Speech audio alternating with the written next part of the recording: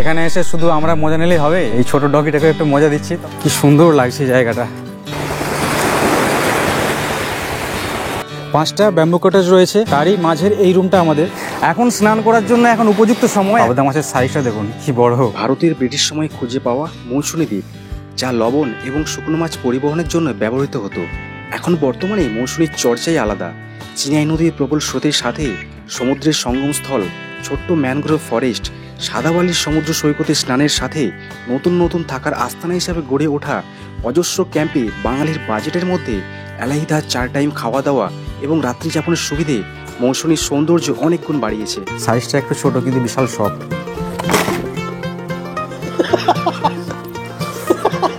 Ready steady go. Hello বন্ধুগণ, আজকে 16ই December 2024। আজকের ওয়েদার কিন্তু প্রচণ্ড ঠান্ডা, একদম কনকনে একটা জমজমাট রাত। তার সাথেই আপনাদের সবাইকে পাঁশকুড়া স্টেশন থেকে ওয়েলকাম। আজকে আমার গল্পের শুরু এই পাঁশকুড়া রেলওয়ে স্টেশন থেকেই। আজকে আবার চললাম সেই মৌসুমীতে। মৌসুমী দ্বীপ এমনই একটা জায়গা যেখানে সারা বছরই ঘুরতে যাওয়া যায়। গরমের সময় গেলে একরকম, বর্ষার সময় একরকম, এই শীতের সময় আবার একরকম। আজকে আমি চলেছি ওয়ান ডে ট্যুর প্ল্যানে। ওখানে কি কি দেখার আছে, কোথায় থাকবো, কি কি খাবো, সব কিছু এই ভিডিওতে থাকবে আপনাদের জন্য। পাঁশকুড়ার 4 নম্বর প্ল্যাটফর্মে দাঁড়িয়েছে আজকের ফার্স্ট লোকাল। এখন বাজলো 2:58, মানে আর 7 মিনিট বাকি আছে ট্রেন ছাড়তে। এই লোকাল হাওড়াতে পৌঁছতে সময় নেই 1 ঘন্টা 50 মিনিট। 3:05 এখান থেকে ছাড়ে, আর হাওড়াতে পৌঁছবে ভোরবেলায় 4:55 আশেপাশে। পাঁশকুড়া থেকে জার্নি করার দুটো কারণ। প্রথমত, শিয়ালদহ স্টেশন থেকে ট্রেন ধরতে হলে এই লোকাল ছাড়া গতি নেই।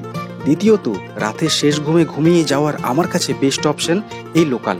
মাঝরাতের এই ট্রেন প্রায় খালি থাকে বললেই চলে, ফলে অনায়াসেই সিটে পা মেলে লম্বা হয়ে ঘুমিয়ে যাওয়া যায়। তবে বছরের অন্যান্য সময়ের সঙ্গে এখন শীতের তুলনা করলে অনেক পার্থক্য। অত্যাধিক ঠান্ডার জন্য বাড়ি থেকে হাত মোজা এবং বোতলে গরম জল নিয়ে এসেছিলাম, তবে এই আরাম ছিল ক্ষণিকের জন্য। এই ডিসেম্বরের ঠান্ডায় লোকাল ট্রেনে খোলা হাওয়ায় বেশিক্ষণ শুয়ে থাকার নসিব হয়নি। ট্রেন ছাড়ার 15-20 মিনিটের মধ্যেই সিট ছেড়ে খরগোশ ছানার মতো হাত পা জোড়ো করে বাকি রাতটা কাভার করতে হয়েছিল। একটার পর একটা টোটাল 23টা ইন্টারমিডিয়েট স্টেশন ক্রস করে 24তম স্টেশন হাওড়াতে যখন পৌঁছেছিলাম, তখন শরীরের পঞ্চ ইন্দ্রিয়ের 3 ইন্দ্রিয় প্রায় কাজ করা বন্ধ করে দেওয়ার উপক্রম। ভেবেছিলাম ঠান্ডা এবং কুয়াশার জন্য হয়তো ট্রেন অনেক লেট করবে, হয়তো টাইমে পৌঁছতে পারবো না, কিন্তু মাত্র 10 মিনিট লেট করে 5:05 ট্রেন পৌঁছে দিল হাওড়া 13 নম্বর প্ল্যাটফর্মে। এখন প্ল্যাটফর্ম থেকে তাড়াতাড়ি বাইরে বেরোতে হবে, কারণ যত বাইরে তাড়াতাড়ি বেরোবো ওখান থেকে গাড়ি ধরে আমাদের শিয়ালদা পৌঁছতে সুবিধে হবে।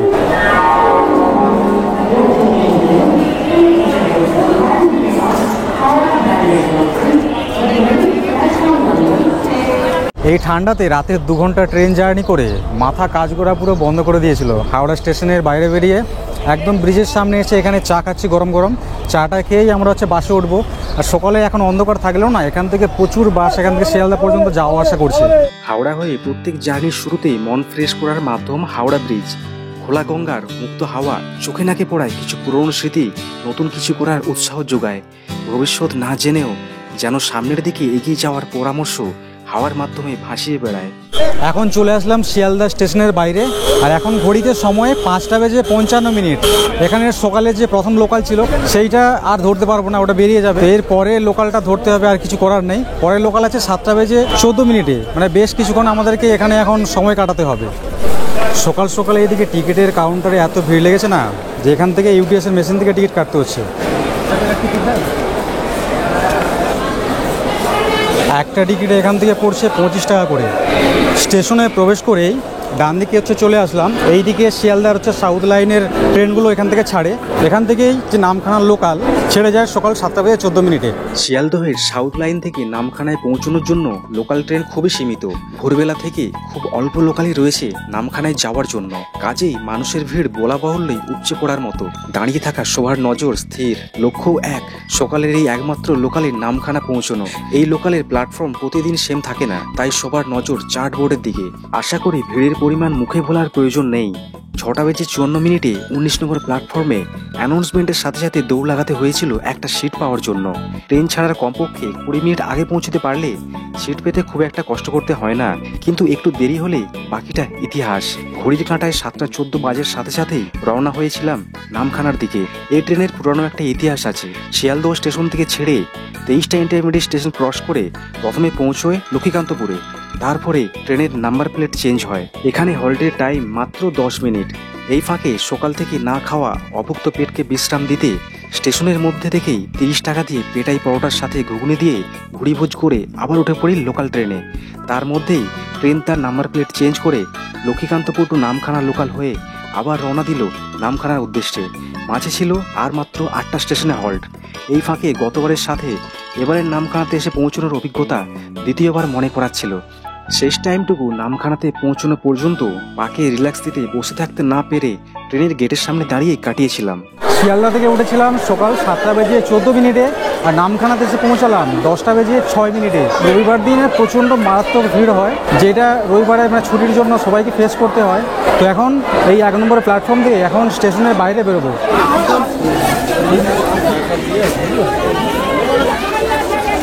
আপনারা চাইলে স্টেশন থেকে বাইরে বেরিয়ে এখান থেকে টোটো নিয়ে যেতে পারেন মৌসুনিতে, পাতিবুনিয়াতে নামতে হবে। ওখান থেকে নৌ পারাপার করায়। এখানে যতই বলুক যে মৌসুনি নিয়ে যাচ্ছে, আসলে এটা কিন্তু পাতিবুনিয়া ঘাটে নিয়ে গিয়ে ছেড়ে দেবে। আপনারা এখান থেকেও যেতে পারেন, কিংবা এখান থেকে 5 মিনিট পায়ে হেঁটে মেন রাস্তা আছে, ওখানে গিয়েও ওখান থেকেও শেয়ারিংয়ে কিংবা রিজার্ভে যেতে পারেন। স্টেশন থেকে বেরিয়ে খুব জোর হলে 5 মিনিট সময় লাগে মেন রাস্তা গিয়ে পৌঁছতে। স্টেশনের বাইরে থেকে শুধু ম্যাজিক গাড়ি এবং টোটো অ্যাভেলেবেল আছে, কিন্তু একটু কষ্ট করে মেন রাস্তায় আসলে এখান থেকে প্রচুর অপশন পাওয়া যায় এবং পকেটের খরচও একটু কমে যায়। এখান থেকে সরাসরি টোটো কিংবা অটোতে করে একদম পাতিবুনিয়া ঘাট পর্যন্ত পৌঁছানো যায়, কিন্তু তাতে খরচ পড়ে যায় 250 থেকে 300 টাকা রিজার্ভে নিলে। কম খরচে পৌঁছতে হলে টোটো, অটো কিংবা বাসে করে প্রথমে পৌঁছতে হবে 10 মাইল বাজারে। বাসে গেলে খরচ পড়বে 10 থেকে 20 টাকা, টোটোতে গেলে খরচ পড়বে 40 টাকা এবং অটোতে গেলে 30 টাকা। আমার হাতে সময় কম থাকায় টোটোতে গেলে সময় লাগতো অনেক বেশি, আবার ক্যামেরা হাতে নিয়ে বাসের ভিড়ে ওঠাও ছিল অসম্ভব। তাই অবশেষে অটোতে করেই রওনা হলাম 10 মাইল বাজার পর্যন্ত। স্টেশন রোড থেকে 10 মাইল বাজারের দূরত্ব 16 কিলোমিটার। পৌঁছতে সময় লাগে প্রায় 25 মিনিটের আশেপাশে। এখন এই জায়গাটায় যে নামলাম, এটি হচ্ছে 10 মাইল বাজার। এইদিকে একটা ব্রিজ আছে, ব্রিজের আগে এই জায়গায় নামতে হয়েছে। আর এখানে ডান দিক থেকে একটা রাস্তা চলে গেছে, এখান থেকে শেয়ারিংয়ে পাতিবুনিয়া যাওয়া যায়। প্রায় 50 থেকে 60 পা হেঁটে আসলে এই জায়গায় দেখবেন এরকম ছোট্ট একটা স্ট্যান্ড আছে। এখান থেকে এই যে ভ্যানগুলো, এগুলো শেয়ারিংয়ে একদম ঘাটের সামনে পর্যন্ত নিয়ে যায়, 15 টাকা করে পার হেড। 10 মাইল বাজার থেকে পাতিবুনিয়া ফেরিঘাটের দূরত্ব খুব বেশি না হলেও রাস্তা একটু খারাপের জন্য পৌঁছতে সময় লেগে যায় প্রায় 15 মিনিটের আশেপাশে। এই ফাঁকে খেজুর গাছ থেকে তাড়ি সংগ্রহ দেখা, সারি সারি বাবলা গাছ এবং ফিরে আসা পর্যটকদের গাড়ির সাথে সাক্ষাতের মাধ্যমে পৌঁছেছিলাম মৌসুনি যাওয়ার ফেরিঘাটে। আমাদেরকে ছেড়ে দিল এই জায়গাটাতে। আর এইদিকে সামনে যে দূরে দেখা যাচ্ছে, এটা হচ্ছে পাতিবুনিয়ার ফেরিঘাট। এখান থেকেই মৌসুনি যাওয়ার জন্য নৌকোয় করে পারাপার হতে হয়। এইটাই হলো পাতিবুনিয়া ফেরিঘাট। আর এই যে নদীটা, এটা সবাই আপনারা জানেন, এটা হচ্ছে চিনাই নদী। এই যে নৌকোটা দেখছেন, এইটা ওই পার থেকে পারাপার করে এইখানে নিয়ে আসছে। তো এখান থেকে অনেক মানুষ এখন পারাপার হলো। আবার এই নৌকোটাই ওই পারে আবার যখন ভর্তি হয়ে যাবে তখন আবার নিয়ে যাবে। আগের বারে যখন এসেছিলাম এখানে 10 টাকা করে নিয়েছিল ফেরির প্রাইস মাথা পিছু। তো এখন কত নিচ্ছে চলুন সেটা জানবো। মৌসুনি যাওয়ার প্রথম আকর্ষণের প্রথম ধাপ এই চিনাই নদী। পাতিবুনিয়া ফেরিঘাট থেকে মৌসুনি ফেরিঘাটে যাওয়ার জন্য টোটাল 3টে নৌকো যাওয়া আসা করে। ব্রিটিশরা একসময় এই পথেই শুকনো মাছ এবং লবণ পরিবহন করতেন। বর্তমানে ব্রিটিশরাও নেই, আর এই নদীর গভীরতাও আগের মতো নেই। এখন এই পথে পারাপার হয় মানুষ এবং মাছ ধরার জন্য ছোট বড় ট্রলার। এই নদী এবং সমুদ্রের মিলনস্থল একদমই সামনাসামনি হওয়ায় জলের স্রোত অনেকটাই কম। মাত্র 5 মিনিটে এই নৌকায় পার হওয়ার মুহূর্ত, জলের ওপর সূর্যের আলোর ঝিলিক অ্যাডভেঞ্চার প্রেমীদের জন্য খুবই আকর্ষণীয়। পাতিবুনিয়া ঘাট থেকে নৌকো পার করে আমরা চলে আসলাম মৌসুনি ঘাটে। যেহেতু এখন একটা সিজন চলছে, সেই জন্য এখানে টোটোর শেষ নেই। একদম যেই ক্যাম্পে যাবেন সেই ক্যাম্পে নিয়ে গিয়ে ওরা ছেড়ে দেবে। এখনের সময় সকাল 11:45। মৌসুনি ফেরিঘাট থেকে যে কোনো ক্যাম্পে যাওয়ার জন্য রিজার্ভের ভাড়া 125 টাকা করে, আর শেয়ারিংয়ে যেতে চাইলে 25 টাকা করে ভাড়া পড়বে। আমরা যাচ্ছি শেয়ারিংয়ে 25 টাকা দিয়ে। এই দ্বীপে বছরের বিভিন্ন সময় জলবায়ুর পরিবর্তন, অনাকাঙ্ক্ষিত বৃষ্টিপাত, সমুদ্রের উচ্চতা বৃদ্ধি, উপকূলের মাটির ক্ষয় ইত্যাদিতে এখানে জীবনযাত্রা অনিশ্চিত হলেও পর্যটকদের জন্য এখানে জীববৈচিত্র্য, সমুদ্র স্নান, ক্যাম্পে থাকা খাওয়া একদিনের জন্য সময় কাটানো ইত্যাদি সারা বছরই আকর্ষিত করে। আমরা যেই টোটোতে করে আসছিলাম, টোটো ছেড়ে দিয়ে চলে গেছে আমাদের এই জায়গাতে। আর পেছনে এই যে ক্যাম্পটা আছে, ক্যাম্পের নাম বন্ধুমহল বিচ ক্যাম্প। আর কলকাতার ওয়েদার, এখানের ওয়েদারের মধ্যে কিন্তু অনেক আকাশ জমি তফাৎ। যখন ওখান থেকে বেরিয়েছিলাম প্রচণ্ড একদম হাড় কাঁপানো ঠান্ডা, আর এখানে দুপুরের এই 12টার সময় কিন্তু বেশ ভালো গরম রয়েছে। রাত্রেটা জানি না, হয়তো রাত্রে ঠান্ডা হতে পারে, সেটা আপনাদেরকে রাত্রে বলবো। সবার আগে ড্রেস পোশাক সব কিছু চেঞ্জ করে একটু ফ্রেশ হয়ে নেব। তো ভেতরে আমরা এন্ট্রি করার সাথে সাথে দেখুন এরকম ডাব দিয়ে দিয়েছে। গরমে গরমে যেহেতু এসেছি, ফ্রেশ হওয়ার আগে ডাবটা খেয়ে শরীরটাকে ফ্রেশ করি। আর মাথার চুল গরমে দেখছেন পুরো একদম ঘামে পুরো ভিজে গিয়েছিল। ডাবের জলটা কিন্তু প্রচণ্ড মিষ্টি। এই ক্যাম্পে আমাদের ব্যাম্বু কটেজ বুক করা ছিল। আর এখানে দেখুন আমাদের 7 নম্বর একটা দিয়েছে এই মিডিলের দিকে।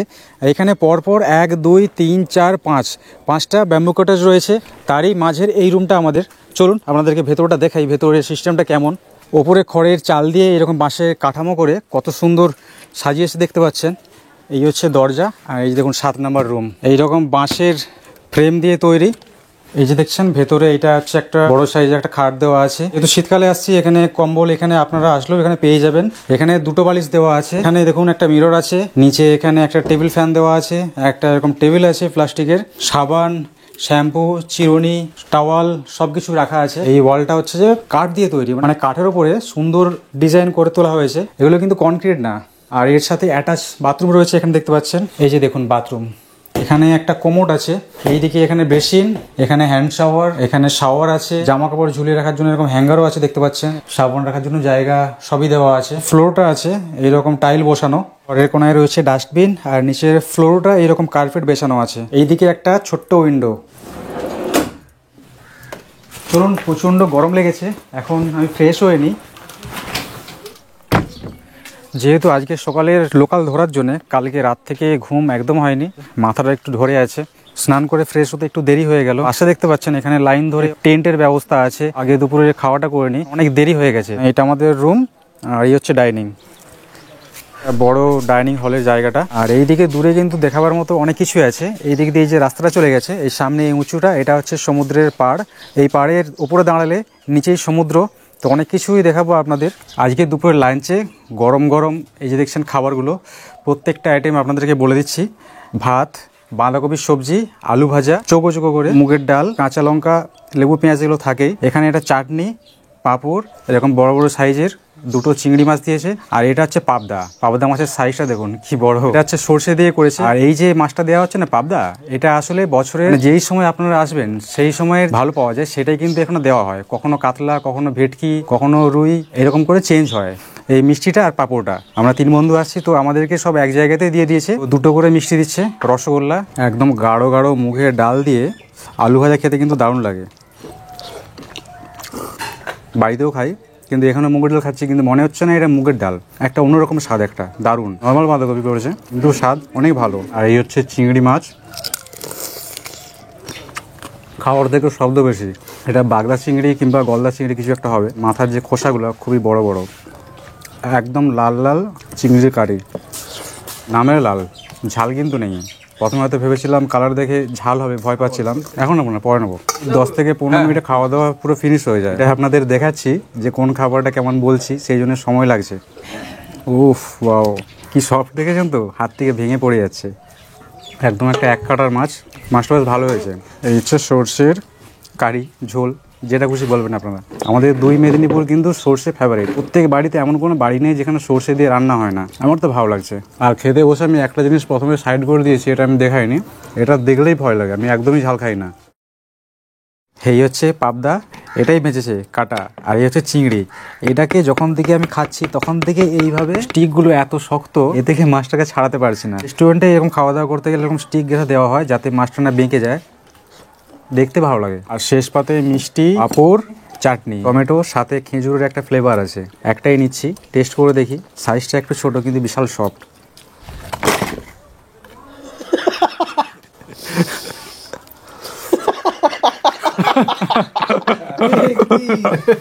আসলে পাশে তো সমুদ্র, পুরো প্লেট উড়ে এসে এখানে পাঁপড়, চাটনির বাটি, মিষ্টি সব ঢেকে গেছে। এটি হচ্ছে সমুদ্রের পাড়। এই উপরে উঠলে উপর থেকে কিন্তু সমুদ্র দেখা যায়। যেহেতু কালকে রাতে ঘুম হয়নি, অল্প কিছুক্ষণ রেস্ট করে নিই 30 মিনিটের মতো, তারপর আপনাদের সমুদ্রটা দেখাবো। এই যে একটা, আর ওখানে একটা আছে, কিরে ভালো আছিস? চলো। আরে যাস না যাস না যাস না। এই এই এই এই খাওয়া দাওয়া করলাম, কিছুক্ষণ রেস্ট নিলাম। দুপুরে যখন এসেছিলাম তখন আমরা আসলে অনেক দূর থেকে আসছি, তো সেই জন্য একটু গরম লাগছিল। সানসেট এখন হয়নি, বেশ ঠান্ডা লাগছে। পাশ থেকে সমুদ্রের যে ফুরফুরে হাওয়া সেটা আসছে। এবারে চলুন আপনাদেরকে এখানে যে বিচটা আছে বিচটা দেখাই, যেটার জন্য এখানে আমরা দৌড়ে এসেছি। ক্যাম্পের পাশে এই হচ্ছে রাস্তা দিয়ে উঠে গেলেই পুরো সমুদ্রের ভিউটা দেখা যাবে। এখানে এক সাহেব বসে আছে, এখানে এক সাহেব বসে আছে। এখান থেকে মাত্র জোর জোর হলে 20টা ধাপ সিঁড়ি, উপরে উঠলেই সমুদ্র। এরকম গেট করা আছে, কি সুন্দর লাগছে জায়গাটা। এই যে দেখুন সমুদ্র, কত নৌকো দাঁড়িয়েছে, বাপ রে বাপ, কম করে 100টা নৌকো। সানসেটটা এখান থেকে দেখতে কিন্তু দারুণ লাগে। তো সানসেট হতে বেশ কিছুক্ষণ বাকি আছে, যখন হবে তখন আপনাদের দেখাবো। উফ, কি মারাত্মক হাওয়া এখানে। বেশ শীত করছে কিন্তু এই রোদের মধ্যেও। এখানে এই সমুদ্রে স্নানও যেমন করা যায়, এই সমুদ্রের বীচ বরাবর লম্বা এরকম দেখছেন পায়ে হেঁটে যাওয়া রাস্তা চলে গেছে। এই রাস্তা দিয়ে বিকেলের সময় কিন্তু হাঁটতে দারুণ লাগে। এই সমুদ্রের পাড় থেকে আমাদের যে ক্যাম্পটা আছে যেখানে আমরা আছি সেটা কেমন লাগে দেখতে সেটা আপনাদেরকে এক ঝলক দেখিয়ে দিই। ওই মাঝখানে কটেজটায় আমরা আছি, পাশে এখানে সুইমিং পুল এখানে তৈরি হচ্ছে। ওইদিকে অনেকগুলো পাকার কটেজ আছে দেখতে পাচ্ছেন, এসি লাগানো আছে। ওইদিকে টেন্ট, সবকিছু দেখাবো আপনাদের পরে। সমুদ্রের তীর বরাবর আমরা হাঁটছিলাম, কিন্তু চোখে ওই যে সানলাইট পড়ছে যার জন্য নিচে চলে আসলাম, কারণ খালি চোখে দূরের জিনিসগুলো ভালোভাবে পরিষ্কার দেখতে পাচ্ছি না। তো সানসেট হওয়ার অপেক্ষা 5-10 মিনিট সময় লাগবে, তারপর সূর্য ধীরে ধীরে ডুবতে শুরু করবে। এখানে আমি অনেকদিন আগে লালগঞ্জে গিয়েছিলাম, ওখানে যেমন দেখেছিলাম যে ওখানে শুটকি মাছের ওখানে মানে ফার্মিং হয়, ওখানে মাছ শুকনো করা হয়। লালগঞ্জের মতোই এখানেও কিন্তু সমুদ্রের তীর বরাবর মাছ শুকনো করা হচ্ছে। প্রচুর শ্রমিক দেখছি এখানে কাজ করছে। গরম হোক কিংবা শীতকাল কিংবা বর্ষাকাল, সারা বছরই কিন্তু এখানে ঘুরতে আসা যায়। মৌসুমী দ্বীপ এমন একটা জায়গা, বছরের বিভিন্ন সময় এখানে ওয়েদার চেঞ্জ হতে থাকে। ঠান্ডার সময় ঠান্ডা, গরমের সময় গরম, বর্ষার সময় আসলে তখন এখানে সমুদ্রে ঢেউ দেখতে পাবেন প্রবল। এখানে কিন্তু বর্ষাকালেও স্নান করা যায়, কাদার লেশ মাত্র এখানে দেখতে পাবেন না এখানে আসলে। এই যে দোলনাগুলো, এগুলো কিন্তু প্রচণ্ড মজবুত, এইরকম মোটা মোটা সব চেনের শেকলে করে বাঁধা আছে। সকালের সময় হোক কিংবা বিকেলের এই সময় এরকম দোলনায় কিন্তু সমুদ্রের পাড়ে বসে বসে দোল খেতে দারুণ লাগে। এখানে এসে শুধু আমরা মজা নিলেই হবে, এই ছোট ডগিটাকে একটু মজা দিচ্ছি, তবে বেশি জোরে দোলাচ্ছি না, কারণ ভয় পাবে, এক্ষুনি হয়তো পড়ে যাবে। ভালো লাগছে? একদম চুপচাপ শান্ত, ও মজা নিচ্ছে।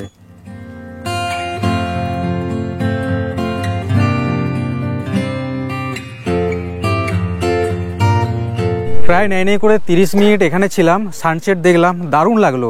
দেখুন ডিসপ্লেতে দিয়ে দিচ্ছি, কেমন লাগছে আপনারা কমেন্ট করে বলবেন। আর এখন এই সময় এখানে বাচ্চারা সব খেলাধুলা করছে, ফুটবল খেলছে।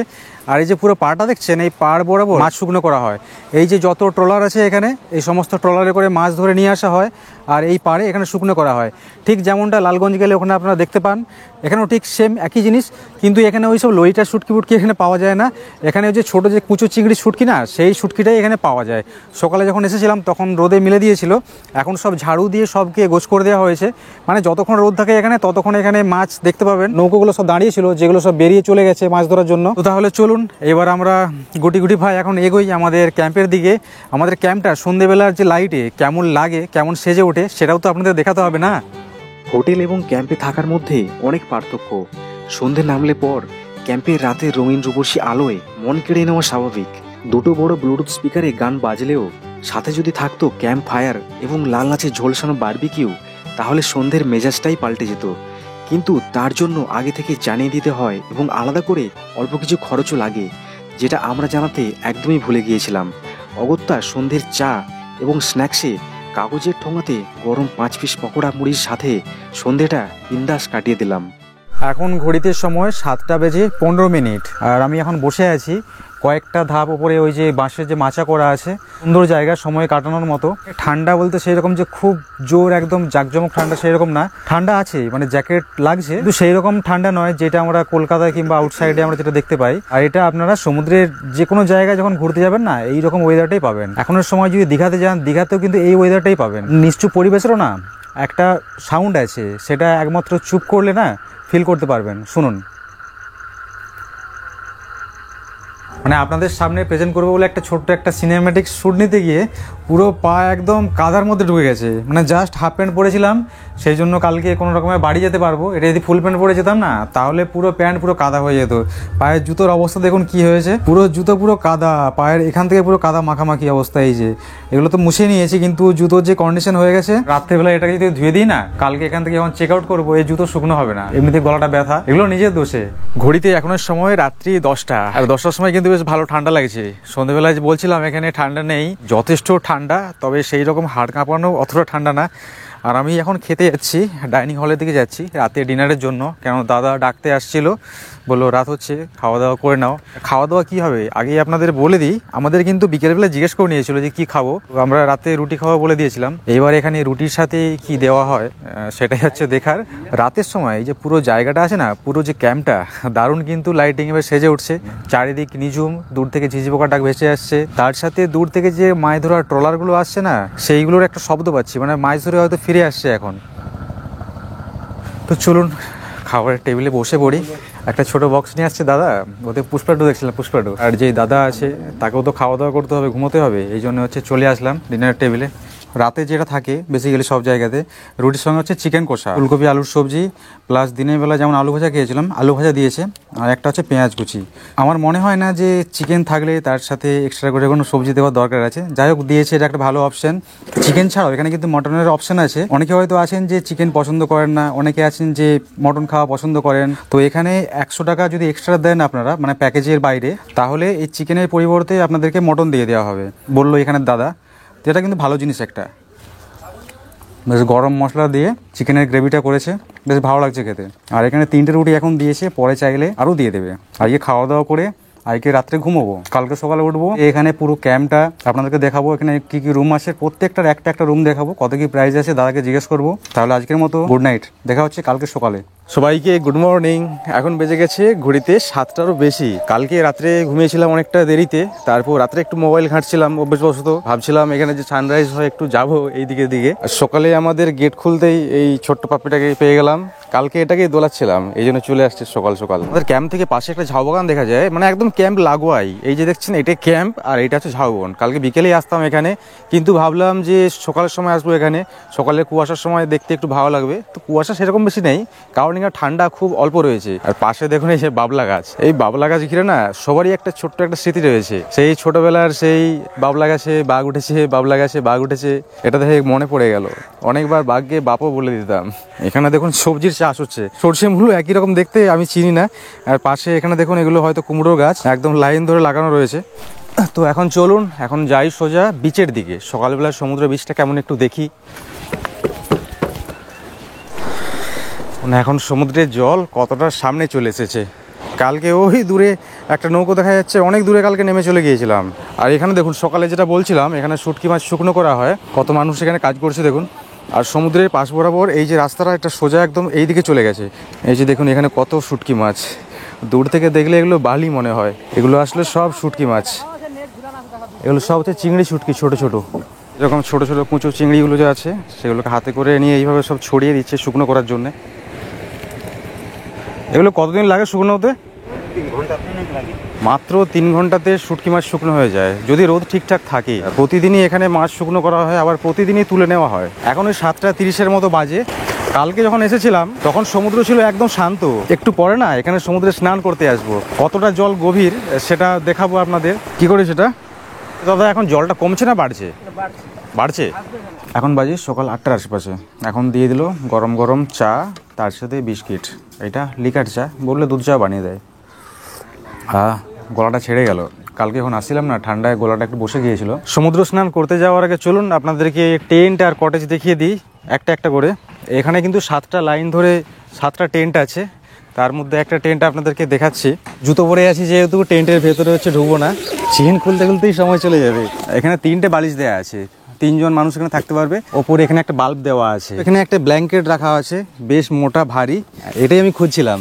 চার্জ করার জন্য এরকম বোর্ড দেওয়া আছে দেখুন, 2টো পয়েন্ট আছে, 2টো মোবাইল একসাথে চার্জ হয়ে যাবে।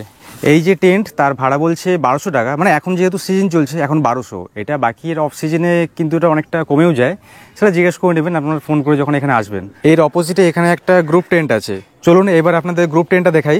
বাপ রে বাপ, চেন চেন চেন, এত এখানে চেন না, শীতের সময় জ্যাকেটে এত চেন খুলে নিয়ে এখানে যে পরিমাণে চেন টানতে হচ্ছে। এই যে দেখুন ভেতরটা, ও বাবা, ভেতরটা আমি কিন্তু দেখিনি, আগে একটু দেখে নিই। 3টে এরকম সিঙ্গেল বেড আছে, এখানে মোটামুটি 4 থেকে 5 জন তো ইজিলি এখানে ঘুমোতে পারবে। আর এখানে বালিশ একটা দেওয়া আছে, যখন এখানে আসবেন সব বালিশ এখানে সব দিয়ে দেওয়া হবে। একটা টেবিল ফ্যান আছে দূরে, ওখানে একটা বড় বোর্ড দেওয়া আছে ইলেকট্রিকের, ওখানে একটা দুটো তিনটে পয়েন্ট আছে, ওখানে বাল্ব দেওয়া আছে। গ্রুপে আসলে এখানে আপনারা থাকতে পারবেন। এর আগে যে টেন্ট দেখিয়েছি ওরও যা প্রাইস আর এরও সেম প্রাইস, 1200 করেই রাখা হয়েছে। এটা সিজনের জন্য, অফ সিজনে রেটটা কিন্তু আরও কমে। এই যে গ্রুপ টেন্ট দেখালাম, তার পাশে 5টা কটেজ আছে, পাকার কটেজ। চলুন একটা কটেজ আপনাদের দেখাই। জুতোটা খুলে নিই এখানে, কারণ এই কিছুক্ষণ আগে পরিষ্কার করে দিয়েছে, ভেতরগুলো আবার নোংরা হয়ে যাবে। এই যে দেখুন, এইটা হচ্ছে যে কটেজের একটা রুম আপনাদের দেখাচ্ছি। এইটা একটা ডাবল সাইজের বেড, এখানে 2টো বালিশ দেওয়া আছে, একটা পাশ বালিশ আছে, ব্ল্যাঙ্কেট আছে, মিরর, টেবিল, এখানে স্মোকিং এর জন্য এরকম বাঁশের অ্যাস্ট্রে হাতে নিয়ে দেখাচ্ছি। এটা সাবান, শ্যাম্পু, টাওয়াল এগুলো তো আসলে এখানে ইনক্লুড থাকেই থাকে। ওয়াল ফ্যান দেওয়া আছে, এছাড়া কিন্তু এখানে এসির ব্যবস্থা আছে। ঠিক ডান দিকে এখানে ওপরে এসি দেওয়া আছে। এখানে রয়েছে অ্যাটাচ বাথরুম, এখানে একটা কমোড আছে, স্নান করার জন্য শাওয়ার আছে, এখানে হ্যান্ড শাওয়ার আছে, এদিকে একটা অ্যাডজাস্ট ফ্যানও লাগানো আছে। পুরো মেঝেটা এরকম টাইল দেখতে পাচ্ছেন, টাইল দেওয়া আছে। এই রুমের পাশে এখানে হচ্ছে বেসিন। সিজনের ভাড়া বলছি এখন 1500 করে নিচ্ছে এসিতে, নন এসিতে নিচ্ছে 1400 টাকা, মানে 100 টাকার তফাৎ। আর অফ সিজনে আসলে এই রেটটা কিন্তু অনেকটাই কমে যায়, সেটা যখন আসবেন তখন জেনে নেবেন। তো এখন চলুন আমরা হচ্ছে স্নানের দিকে যাই, কারণ সমুদ্রের যে এখন এই সময়, এখন বাজে সকাল হচ্ছে 9টার আশপাশে, স্নান করার জন্য সব থেকে উপযুক্ত সময় এটাই। দেখুন জল কতটা সামনে চলে এসেছে, কালকে যখন এসেছিলাম জল ছিল অনেকটা দূরে, এখন স্নান করার জন্য এখন উপযুক্ত সময়। এখন বাজে 9:30 হচ্ছে আশেপাশে, এটা মাছ ধরে নিয়ে হচ্ছে আসছে সদ্য কিছুক্ষণ হচ্ছে আগে। আর সত্যি কথা বলতে জলটা কিন্তু বিভৎস ঠান্ডা, কিন্তু স্নান করা যাবে। ও একদিনের জন্য মৌসুমী দ্বীপে ঘুরতে এসে আপনারাও কিন্তু এরকম স্নান করতে পারেন যদি ইচ্ছে করে। জাস্ট মানে জল দেখে একটা আনন্দে নেমে পড়েছি। এই বাবা, মাইক্রোফোনটাই তো নিয়ে চলে আসছি, এক্ষুনি এটা ভিজে যেত। রেডি স্টাডি গো।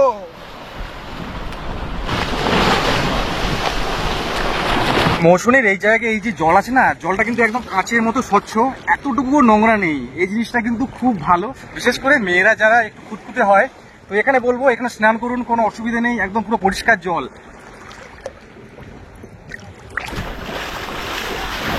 ভীষণ ঠান্ডা।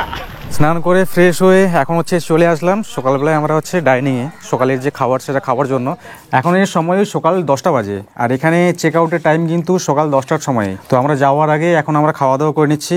এখানে আমাদের দিয়েছে গরম গরম 4টে ফুলকো ফুলকো লুচি, তার সাথে এখানে ঘুগনি দিয়েছে, একটা করে হচ্ছে ডিম সেদ্ধ, আর এখানে স্যালাড, লঙ্কা, পেঁয়াজ কুচি। তো এখন আমরা চেক আউট করে নিয়েছি, এখন আমরা এখান থেকে বেরিয়ে যাব। আর আমরা এই যে ব্যাম্বু কটেজে ছিলাম, এটা রেটটা কালকে আপনাদেরকে বলা হয়নি, এখন যেহেতু এটা সিজন সেই জন্য 1500 টাকা নিচ্ছে। এটা অফ সিজনে কিন্তু অনেকটা দামটা নিচে নেমে যায়। আপনারা যখন এখানে আসবেন না, অবশ্যই কন্ট্যাক্ট করে নেবেন। ফোন নাম্বার আমি দেখুন এখন স্ক্রিনে শো করবে, হয়তো দিয়ে দিচ্ছি এখন, আর নিচে ডিসক্রিপশনে তো পেয়েই যাবেন। আমাদের ক্যাম্পে আগে থেকে বলে দিয়েছিলাম, সেই জন্য একটা টোটো হচ্ছে ব্যবস্থা করে দিয়েছে। টোটো যে এখানে অলরেডি দাঁড়িয়ে আছে। আসার সময়ও রিজার্ভে 125 টাকা নিল। একদম পৌঁছে গেছি এখন মৌসুমীর ফেরিঘাটে। এই একটা এখান থেকে নৌকো ছেড়ে চলে গেছে, মানে জাস্ট 1 মিনিট যদি আগে আসতাম না তাহলে আমরা বেরিয়ে যেতাম। তো এখন আবার নেক্সট নৌকো আসছে, ওটাতে করে আমরা পার হয়ে যেভাবে এসেছিলাম সেইভাবে আমরা হচ্ছে পৌঁছবো দুপুর 12:30টায়। নামখানা থেকে এক লোকাল আছে, শিয়ালদহ লোকাল, ওটাতে করেই আজকে ফিরবো। তাহলে ভিডিওটা কেমন হয়েছে, ভালো কি মন্দ, সেটা অবশ্যই কমেন্ট করে জানাবেন। আর আপনাদের সাথে আবার দেখা হবে আবার কোনো নতুন টপিক নিয়ে, নতুন কোনো জায়গায়। টাটা।